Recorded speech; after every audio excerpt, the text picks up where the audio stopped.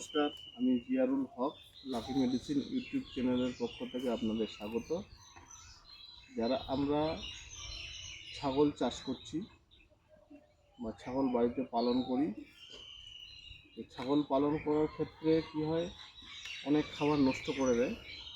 আজকে যে ভিডিওটা দেখাবো ক্যামেরাম্যান, এটা হচ্ছে খাঁচা বাঁশের স্ট্রাকচার দিয়ে করা আছে।